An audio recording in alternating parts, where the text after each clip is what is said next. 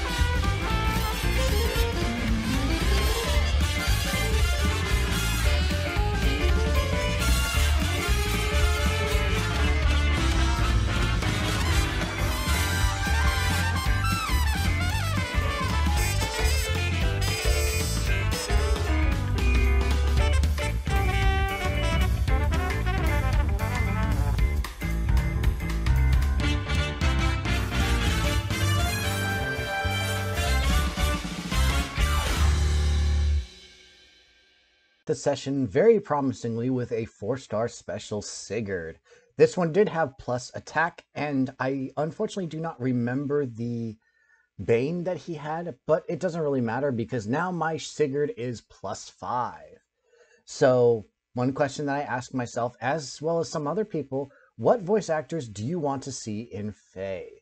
So, I don't have a personal wish list for English voice actors. I do think that there are some that I do miss, especially from some of the older series. In particular, I think the top ones I want are Jamie Markey and Colleen Klinkenbeard.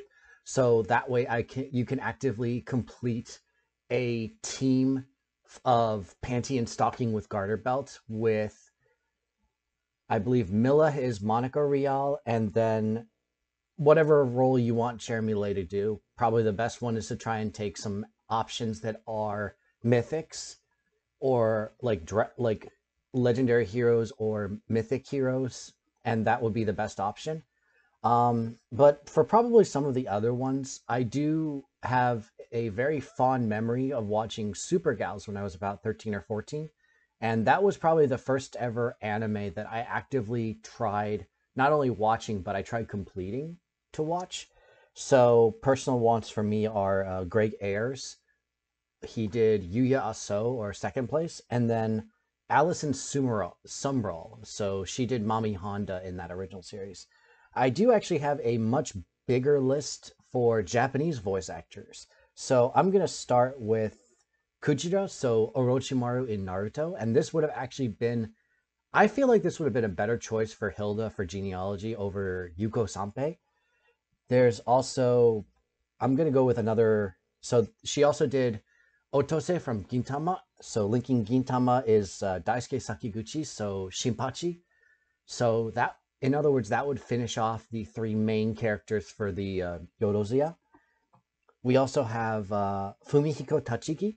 So Ikari Gendo from Evangelion, Taizo Hasegawa from Gintama, and then the one of the memory voice for the Kamen Rider Double.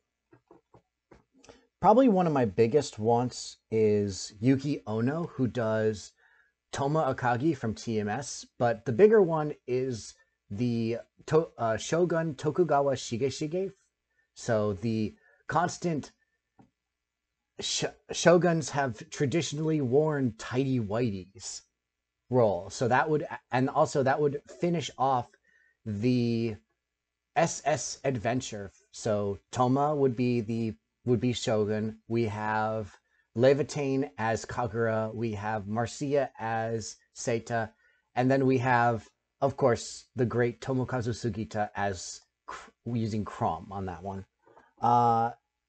Probably some, in terms of other voice actresses, I do definitely like Princess Euphemia's Minami Omi. And then there's also Kana Ueda, so Rin or Ershigagal, or I think also Ishtar from the Fate series in general. So, but I'd like to hear what everyone else has to say. Feel free to leave them in the comments. Now, on to the next portion.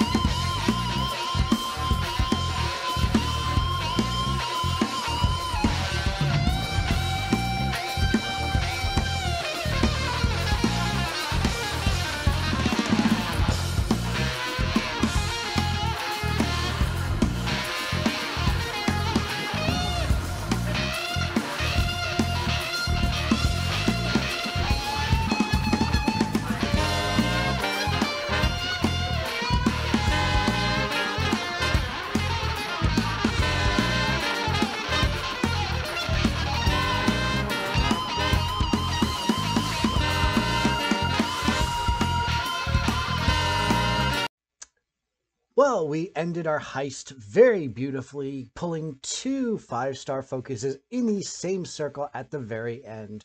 Granted, the entire summoning session was kind of touch and go. We did get a 4-star neutral Soth. In addition, for the 5 stars, we got a plus HP minus defense Layla and a plus speed minus attack 5-star Soth.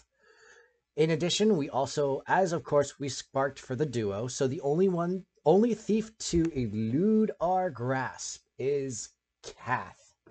So the the question that I'm going to pose to everyone else is going to be, what is your opinion on Ascended Heroes?